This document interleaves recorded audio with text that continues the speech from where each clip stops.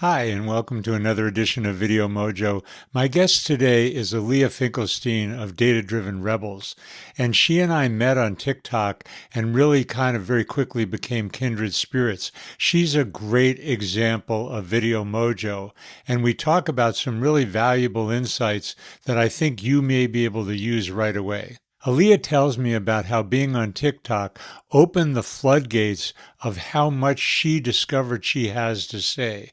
And we talk about the process not only of TikTok, but of ChatGPT and the creative process that we're both involved in as marketers. We also get into how dramatically marketing has changed and trust has eroded, and the way that being on video can change that.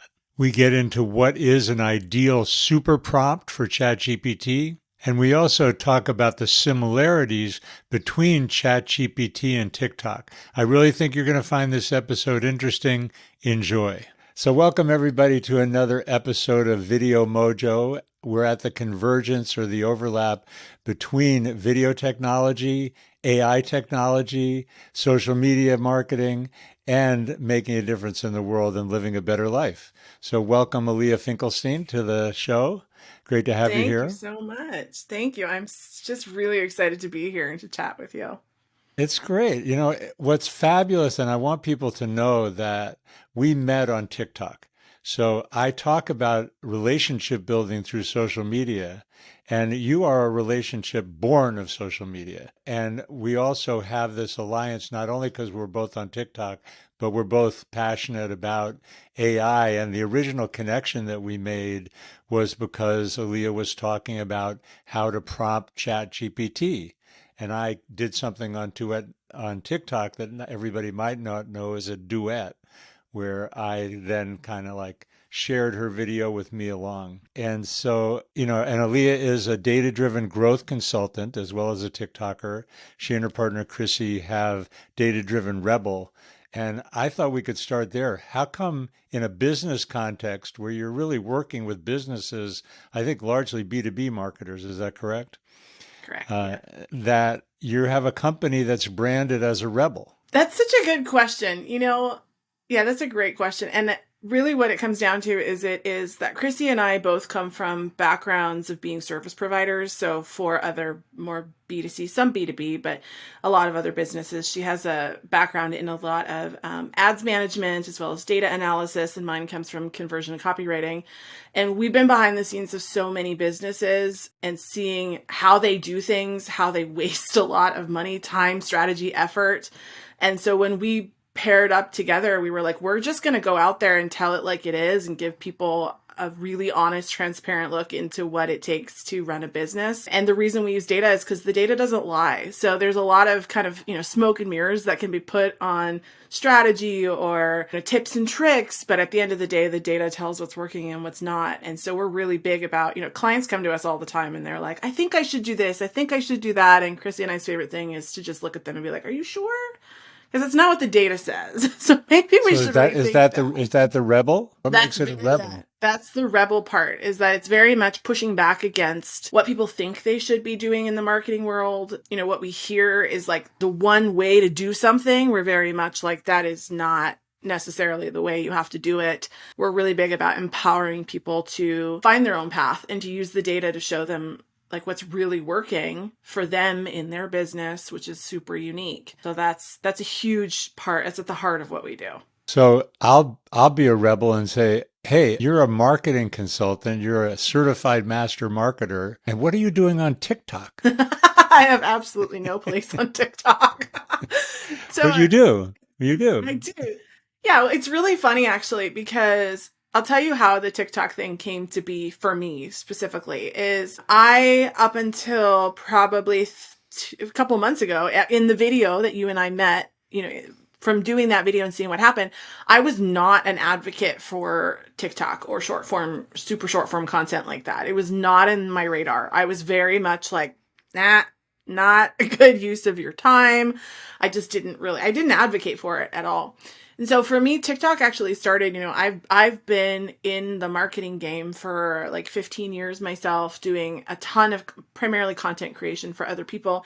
And I got to the point a couple of years ago where I felt very stifled in my own voice.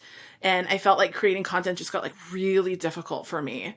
And I actually used TikTok as a place to go and just very freely create content. It was a place I felt like for some reason, I didn't have that same feeling of being like, I don't stifled. I don't know how else to put it. I felt stifled on a lot of other platforms. So it started as that for me. And I would joke with my husband, like, I'm just going to become TikTok famous. That's how we're going to get rich. I'm going to become TikTok famous. Well, And it was this ongoing joke. I think it's a really good point because I've actually made videos about the part of the reason I do it, both this show and being on TikTok and other social media, is to evolve how I think. That's like, Yeah. I've heard writers talk about, I write so that I know what I'm thinking. And Yeah. I do TikTok videos so I know what I care about. And that's one of also the great human part of doing video, is that if you're not passionate about it, if you don't care, if it's not alive for you, don't waste your time. But by finding, I use the phrase follow the juice, by following the juice and doing TikToks about things that I care about that are, and we can get straight into AI from here, that becomes really valuable.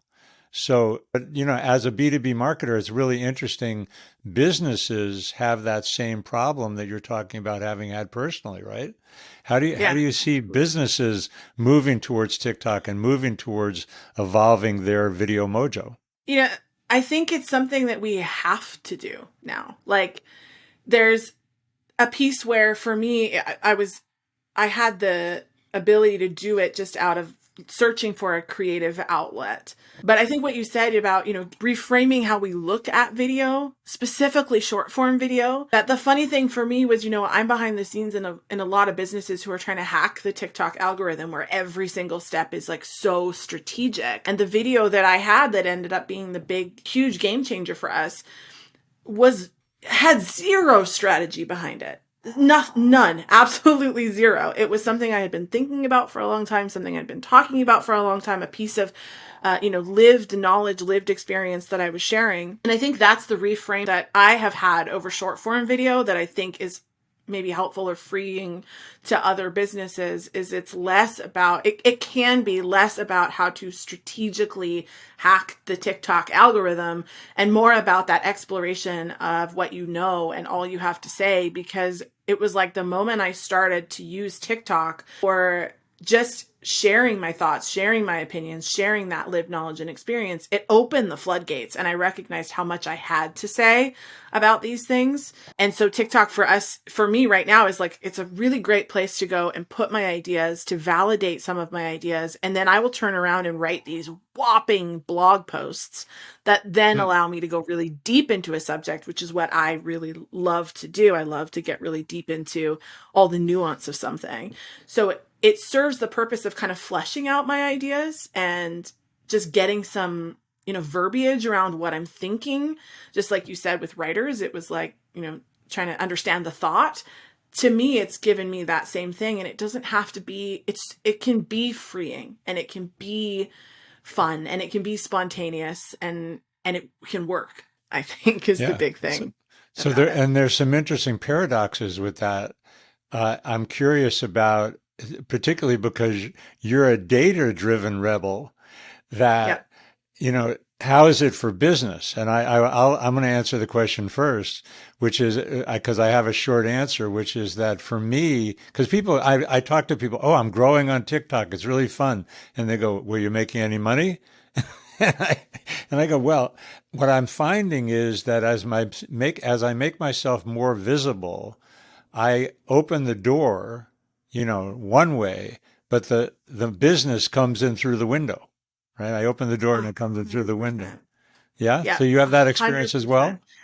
That's absolutely been our experience. So in the beginning, when I was not so keen on TikTok, that was my thought process, is TikTok is never going to make me money. There's no way TikTok, the way that we behave on TikTok is about being entertained, and we don't ever want to click off the platform. Like the actual physical behavior is scrolling, not necessarily tapping to tap to tap to go somewhere else to click off. So I couldn't understand how it would ever amount to much of anything. And since doing it, since having this, this massive growth that we've had, it has absolutely, brought the business through the window. That's a great analogy. So our email list has grown. Last I checked, it was up 40%. But In what period, for 40% in what period of time? In the last 2 or 3 weeks. I don't remember exactly what that. In 2 or 3 weeks. 2 or 3 weeks. Wow. Yeah, whenever that video was now, I can't remember when that video went. It's kind of when we started really tracking it. The one that I duetted. The one you originally duetted, yeah. ChatGPT super hack, and we're going to get to that. Yeah. Since then, it's grown about, I think the last Chrissy looked at it was about 38, almost 40% up. And that's, that's a very short period of time. So it's really hard for me to say, does it result in actual money? Because that's not the way that this necessarily works. It's not that linear for us. There's a lot more involved in it. But what it has done is certainly opened the door massively for other opportunities for us for visibility. Just like hands down, that has changed. So I met people like you and had opportunities like this to just get on platforms to talk about things. We're in multiple summits now that are growing our list, compounding that growth just exponentially very quickly. And that's been huge for us. It's given us that piece of authority that we really needed to give us the opportunity to get in some of these other rooms to kind of build a bigger community and bigger audience. And that certainly is where I think it lives strategically. You can probably also hear my dog snoring in the background. So if you hear that, it's her. Oh, yeah, I do hear that. She's famous on my TikTok too, because she's in every single I know I've heard you mention that. So I want to we'll get to ChatGPT in just a second, but I want to ask you to flesh out something you said earlier, which is that you think basically that video is no longer an option. I say it all the time, but I would love to get your view as a data-driven rebel, as a data-driven marketer, and the fact that we're not talking about a linear connection to, create the landing page. What's the conversion rate? Why do you think that businesses have to do video and have to develop a video voice? This is going to get like real macro, like I'm going to go like real big picture here for a minute, because I think it has more to do than just the hot strategy or that TikTok is the platform right now, is one of the biggest, fastest growing platforms. I think those are both true, but what Chrissy and I have seen specifically from the data is actually this, and we wrote a whopper blog post about it, is this erosion of trust that has happened over digital marketing in the last, specifically since the beginning of this year. Meaning that what used to be a very linear, I see an ad, I go to a landing page, I click that landing page, I get the thing, I get the email, I buy the thing, whatever that linear path has looked like, it does not look like that anymore.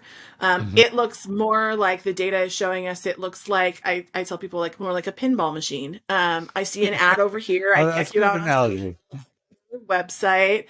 I go back to your social. I decide I'm going to opt in. I get an email. I go back to your social. Then I get a few of your emails and I don't open them. And then I find an email I like and I open it. And then I do something. It's really is this pinball machine kind of thing. Because what people are doing, what has changed, is that they are looking for reasons to trust you. And I said this in a TikTok video not that long ago, but especially with this rise in AI and specifically AI created content, how does that impact who we feel like we can trust, right? Which of course impacts the buying decisions that we make. And so as that trust, I think, is going to continue to erode, the only way right now that I see us helping people make better decisions is by showing up very organically, unproduced on video. Like I don't know that there's another way for us to create that sense of trust, short of actually getting in a room with someone, which I think is also what's going to change, is that our enrollment kind of conversion kind of things are going to have to include some kind of human component. From a much more macro sense, that's why I think like we can't afford to not be on video, because it is going to become one of the last remaining ways to make true human connection in a world that's going to feel very AI-ified. 100%. Yeah, it's how people get to know you. I mean, it's like you actually have a feeling that you get to know somebody when you see them on video. Yeah, I'm excited about Video Mojo, by the way, just to put in a little interstitial plug here because I'm going to have I forget the guy's name right now, from BombBomb, the video application. It's like a video messaging application. And he wrote a book called Human Centered Communication. And it's all about video because video is the human centered communication. Nothing else does it in the same way. That's Yeah, my religion. You're talking there. I So, agree. so let's talk about AI and ChatGPT. So, one of the things that I also think is true about video is that it's not a one and done, right? It used to be, I mean, I've been doing video for decades, and it used to be we would do like a marketing video for a company, and it would be, okay, now you've got your marketing video so people know who you are. And, now we're in this conversational, that's the thing about TikTok is it's a conversational medium. And people don't get that about ChatGPT. So Mm. I'll have you debunk something that I know that you know is true, which is that, or debunk something that you know is untrue, which is that people think you prompt engineer. We're getting into the video that I do edit, by the way, for those of Mhm. you that I see where you're going. haven't seen us on TikTok. People think that you prompt engineer to get the perfect prompt, and then you put that prompt into ChatGPT, and then you get the perfect answer, and you're done. And then they go, but it's not perfect. Yeah. Explain it to the people, Eliya. I love how you set me up for that one. Yeah, that's exactly I think what people think, and that's been my experience with even Chrissy, like my business partner. Even her, she was like, she tried to use it like Siri. If I just ask it, something, it should give me some answer, and then she didn't get what she wanted, and so she threw the whole thing away and went, this is junk. That was she's got other strengths. This one is just not, she doesn't have the patience for this kind of thing. But I've just heard that over and over and over again of people saying, and specifically for me in the video, which really made me frustrated, was people gatekeeping access to ChatGPT behind this theory or behind this sort of thought process that you have to know how to use the tool, dominate the tool, have the right input. What did you Yeah. say about the people that sell prompts? Oh, it makes me salty, is what I said. I'm very salty about it. All these people selling you buy or telling you buy my $37 ChatGPT prompt book. Well, those prompts you put them in, you're probably not going to get the same output that those people got when they used the prompts because that's just not the way it works best. I'll set you up even further that, because when you have a conversation with ChatGPT, like back and forth, Yes. and ask it, well, tell them the super Yes. prompt. Sorry, the super hack. So the video basically It is. is I me. just made up a new word. It's the super prompt. The super prompt. There you go. It's the super prompt. I love that. Yeah, I'm going to use that. So the video is essentially me saying, you don't have to have the perfect prompts. That's not the way it works. If you assume that the AI tool can help you get to where you want to go and treat it as if it is an assistant or an expert in the field that you're going to treat kindly to help you get to this end result, any task that you want ChatGPT to do, you just start by asking it, can you do this thing? Can you help me write social posts? Can you help me rewrite an email? Can you help me create the recipe for dinner tonight? Like, can you help me 10 versions with, a headline? Whatever.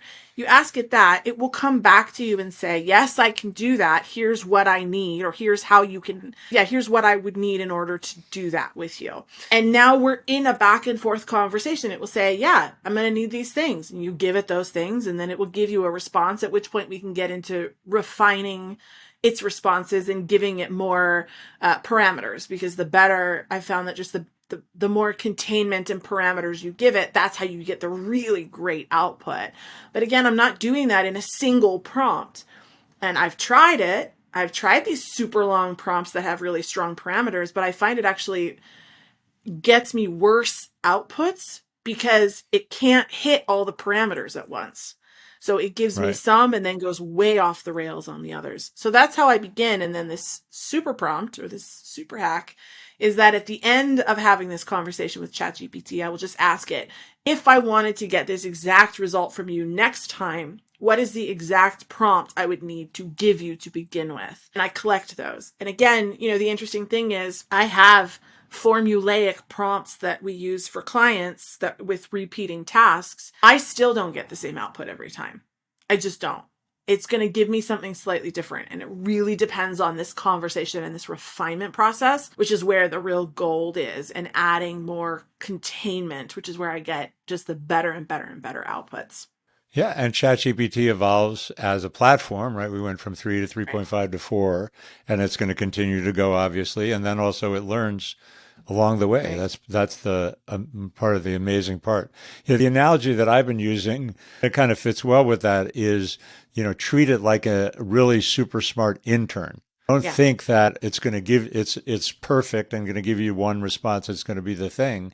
An intern needs training, and the more direction I give it, what's different between this and a human intern is it will rewrite as many times as you want. I come up with ideas based on what it says. So then include this new idea that just came up and make it friendlier or make it more humorous. Or then the other thing that I think is super value that I've gotten from you on TikTok, thank you very much, I really appreciate, is this thing of training it in your voice, to invite it to recreate, or in some cases, I think creatively. I've also been working with the authentic business coach, George Kao, Kao, and he's taken me through some really interesting creative exercises where we bring in, you like to talk about, I think, Lizzo and Kate McKinnon. Are those your two favorite celebrity voices that Yeah. And Deadpool. Deadpool's my third favorite because it's very good. funny. So incorporate it. I mean, my point is that then you're not only having it, training it to do your voice, but you're enhancing and embellishing and evolving your own voice with these creative inputs of whatever inspires you and whatever flavors you think might be spicy that day. Yeah. I think that's you know, the best use of this tool, in my opinion. And I've said this a lot. I've been having a lot of conversations with copywriters specifically who are afraid that they're going to lose their jobs, or anybody in a creative field, authors who are like, what does this do to the future of, you know, books, plays, movies? How does this change all that? And I think looking at it, like you said, it is collaborative to begin with. If you see it as a collaborative tool, it's more like sitting in a room full of writers than it is having someone actually write the whole script for you. It's bouncing these things off of each other. But, the huge way that it's added to my life is, to my life, I would say. I mean, that might be a stretch, but the way that it's really added to what I do is, we are only really capable of so many creative outputs at a time. Like, just as humans, we have a limit, we have a ceiling for how much we can creatively do at one point in time. And I think I read somewhere that it's like 25 outputs, and then we're kind of maxed out, right? Hmm. And for someone like me, who I am creative all day long, whether it's thinking new strategies or rewriting headlines or adjusting ad copy or whatever it might be, there's just a massive creative fatigue. And when you add on that, just the experience of being human and all we go through in the world, there's just added brain space that's taken up just by existing. So we all have this creative ceiling. And I feel like what happens with ChatGPT is you can ask it for 100 ideas and 100 more and 100 more. And now what I'm doing is I'm pulling on a couple of those and saying, ooh, that's interesting and that's funny and I like that. How do I put this all together? And creatively, I no longer have a ceiling. I have a new floor.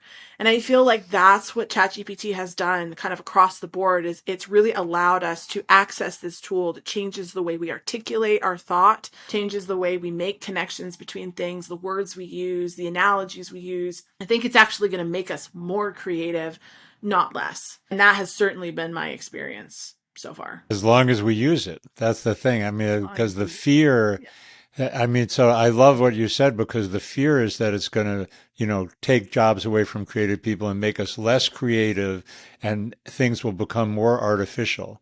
And as two creative people here talking to each other, we both agree, folks, that actually what's happening is that it's empowering more creativity. And, yeah, I like that. Another reference that I'll give people as a resource, I really like the Marketing AI Institute, and the founder, Paul Roetzer, Roetzer, said that creative people are not going to lose their jobs, but creative people that don't use AI are going to be surpassed by people that do. And so it's an empowering tool that you have to play with, right? You're not going to get the experience and the opportunity that Eliya is talking about conceptually and, in the abstract. But if you get into the sandbox and start playing, you're going to find out that you have a new creative partner that can help you do even more.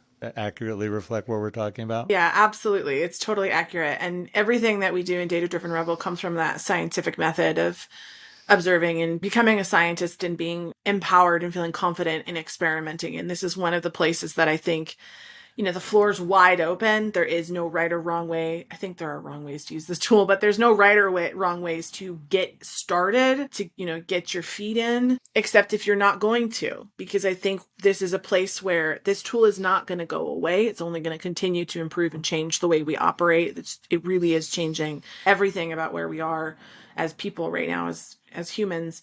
So the only option you have is to really get in and just play, experiment, figure it out, see how you can use it. Or, it will end up replacing people who are not using tools like this. That's where people will become replaced. And the other part of that intern analogy that works is that don't expect it to be perfect. It does make mistakes. It does have inaccuracies. Play with it like you would play with another human being, or you would play with a kid, and not expect them to be perfect, but expect them to participate. And, it's brilliant at that, but you have to be willing to accept its imperfections. So the last thing that I'd like to touch on, because I love that you talked about experimentation and play, because those are core values for me, is this relationship building opportunity. I was on actually a workshop just before we got on this interview, and I was talking about my passion for video technology and making the world a better place through relationship building and authentic human connections. And one of the people in the breakout room said, well, can you give me an example of that? And I went, well, yeah, as soon as we're off here, I'm getting on an interview with this woman, Eliya, that I met on TikTok.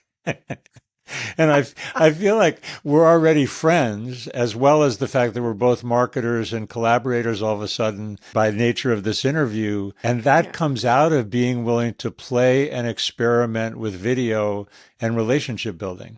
How do you see that? That's, the synopsis of my story with TikTok, essentially, right? It's like I got in the playground. It was a playground for me. It was an experiment in just vocalizing my thoughts, just taking some of these things I was struggling with, wrestling with, wondering about, and articulating them in a very similar way that ChatGPT helps with that, right? The video world was a way for me to do that. And I think it's really easy to feel very isolated in our thoughts. It's really easy, especially as business owners, to feel so isolated, like we're the only one maybe wondering about this or thinking about this.